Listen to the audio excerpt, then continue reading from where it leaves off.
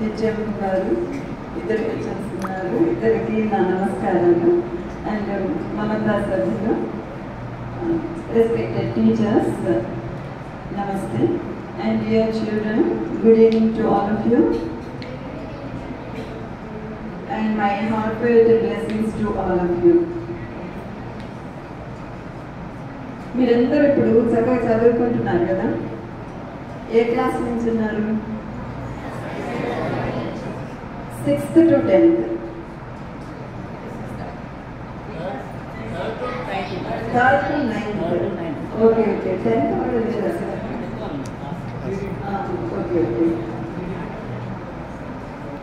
So మీరు text books అన్నీ చదువుతారు. టెక్స్ట్ బుక్స్ చదువుతారా, ఓన్లీ నోట్ బుక్స్ చదువుతారా? టెక్స్ట్ బుక్స్ కూడా చదువుతారు. That's very very nice. ఎందుకు చదువుతున్నారు?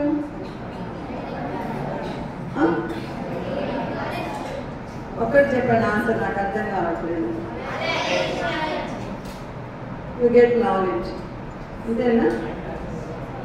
నాలెడ్జ్ కోసం చదువుతున్నారు, ఎగ్జామ్స్ కోసం చదువుతున్నారు, ఎగ్జామ్స్లో మంచి మార్క్స్ రావాలని చదువుతున్నారు, అవునా? ఎగ్జామ్స్లో మంచి మార్క్స్ రావాలా? ఎగ్జామ్స్లో మంచి మార్క్స్ రావడం చాలా ఇంపార్టెంట్. నాలెడ్జ్ తెచ్చుకోవడం ఇంకా ఇంపార్టెంట్. మీకు ఇప్పుడు అవగాహన లేని ఒక చిన్న అంశం ఏంటంటే, మీరు 10th అయిపోయి, ఇంటర్ అయిపోయి, డిగ్రీ అయిపోయిన తర్వాత మీరు ఏ కాంపిటేటివ్ ఎగ్జామ్స్ రాయాలన్నా కూడా ఇదే సిలబస్ ఉంటుంది. 6th, 7th, 8th, 9th, 10th పర్ఫెక్ట్గా ఉంటేనే మీరు ఆ కాంపిటీషన్స్లో మంచి మార్క్స్ తెచ్చుకోగలరు, మంచి ర్యాంక్ వస్తుంది, మంచి జాబ్ వస్తుంది. కానీ ఈ ఏజ్లో ఏంటంటే మీకు అంత తెలియదు. ఒక నాలెడ్జ్ వస్తుందని చదువుతామంటారు, ఎగ్జామ్స్లో మంచి మార్క్స్ రావాలి, ఫస్ట్ ర్యాంక్ రావాలి, ఇంటర్లో మంచి కాలేజీలో చేరాలి, ఇట్లాంటి అభిప్రాయం మాత్రమే ఉంది మీకు. అవునా? అవునా కాదా? అవును కదా. ఇప్పటి నుంచి నేను చెప్పింది గుర్తుపెట్టుకోండి. 6th, 7th, 8th, 9th, 10th syllabus చాలా ఇంపార్టెంట్. ఏ కాంపిటేటివ్ ఎగ్జామ్ రాసినా కూడా ఇందులోంచే ఉంటాయి క్వశ్చన్స్. ఎక్కడో డిగ్రీలోంచి, పీజీలోంచి, ఎక్కడెక్కడి నుంచో ఇవ్వరు. అంటే ఇదంతా ఏంటి, బేసిక్ అన్నమాట. ఈ 6th క్లాస్లోది మీకు అర్థమైతే 7th ఈజీ అవుతుంది, 7th క్లాస్ అర్థమైతే 8th ఈజీ అవుతుంది. ఇట్లా ఈ సిలబస్ అంతా మీరు ఈజీగా అర్థం చేసుకుంటూ ఉంటే కాంపిటేటివ్ ఎగ్జామ్స్లో ఈజీగా మీకు మంచి మార్క్స్ రావడానికి అవకాశం ఉంటుంది.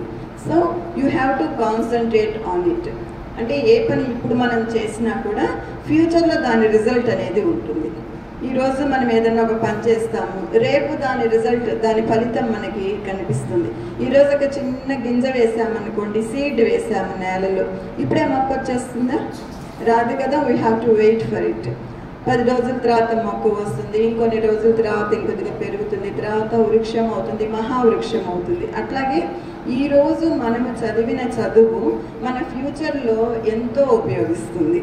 ఇప్పుడు రకరకాల స్కిల్స్ ఉన్నాయి మీకు. స్పోర్ట్స్ ఆడతారు, డాన్సెస్, సాంగ్స్, ఇంకా వేరియస్ థింగ్స్ ఉన్నాయి. ఇవన్నీ కూడా ఆడటం వల్ల ఏమవుతుంది, ఇప్పుడు మీకు ప్రైజ్లు వస్తున్నట్టు అనిపిస్తుంది, హ్యాపీ అనిపిస్తుంది. కానీ ఇవన్నీ కూడా మీ ఫ్యూచర్లో మీకు చాలా యూజ్ అవుతాయి. స్పోర్ట్స్ గురించి కూడా మనకి రిజర్వేషన్ ఉంటుంది, స్పోర్ట్స్ రిజర్వేషన్ ఉంటుంది, ఎన్సీసీ రిజర్వేషన్ ఉంటుంది, ఎన్ఎస్ఎస్ రిజర్వేషన్, ఇవన్నీ కూడా ఉంటాయి.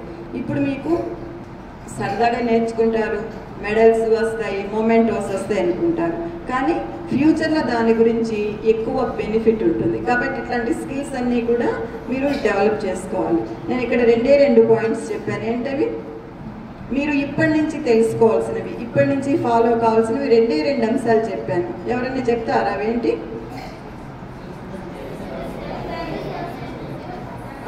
Syllabus is very important. ఇప్పటి సిలబస్ మీరు పర్ఫెక్ట్ నేర్చుకుంటే ఫ్యూచర్లో కాంపిటేటివ్ ఎగ్జామ్స్కి ఈజీ అవుతుంది. అండ్ సెకండ్ ఏంటి? మీ skills. You have to develop your skills.